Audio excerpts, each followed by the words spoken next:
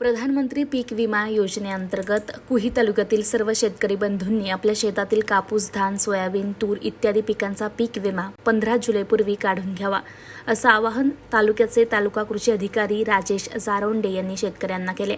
सन 2023-24 मध्ये खरीप हंगामात कुही तालुक्यात 25,808 आणि रब्बी हंगामात 11,451 शेतकऱ्यांनी पीक विमा काढला होता। पीक विमा योजनेअंतर्गत खरीप हंगामात आणि रब्बी हंगामात पीक विम्यातर्फे लाभ देखील देण्यात आला होता। सदर योजनेत पीक विमा काढण्यासाठी तालुक्यातील सर्व CSC सेंटर यांनी खूप चांगलं काम केलं होतं। त्यापैकी कुही येथील GMK कम्प्युटर्सचे केंद्र चालक अरविंद उचट यांनी उल्लेखनीय कार्य केल्याबद्दल 4 जुलै रोजी त्यांचा नागपूर जिल्हाधिकारी यांच्या मार्फत सत्कार देखील करण्यात आला होता। तरी आता फक्त शेवटचे 7 दिवस पीक विमा काढण्यासाठी शिल्लक राहिलेत। तरीही तालुक्यातील सर्व CSC केंद्र चालक यांनी जास्तीत जास्त शेतकऱ्यांचे पीक विमा काढावे आणि शेतकऱ्यांनी सुद्धा आपले पिकांचे पीक विमा काढून घ्यावे, असं आवाहन तालुका कृषी अधिकारी जारोंडे यांनी केले। दैनिक देशमध्ये आपलं स्वागत आहे। आपण आलेलो कुही शहरामध्ये GMK कम्प्युटर इन्स्टिट्यूटमध्ये मागील 4 ते 8 दिवसापासून अरविंद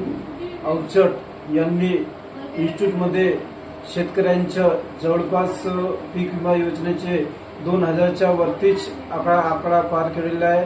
परंतु शेतकऱ्याकडून 1 पण रुपयाचे पीक विम्याचे पैसे न घेता शेतकऱ्याकडून पण माहिती मिळालेली आहे। त्या संदर्भात आपण अरविंद औचट यांची प्रतिक्रिया घेऊया।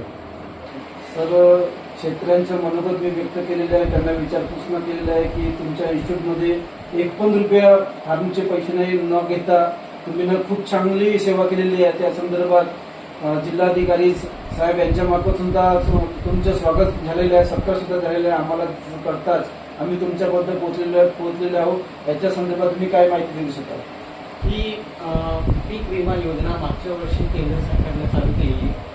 त्यावेळेस आधी पूर्वी आपल्याला एकरी हेक्टरी प्रमाणे पैसे भरावे लागत होते। मागच्या वर्षीपासून केंद्र शासनाने 1 रुपयामध्ये पीक योजना ही चालू केली।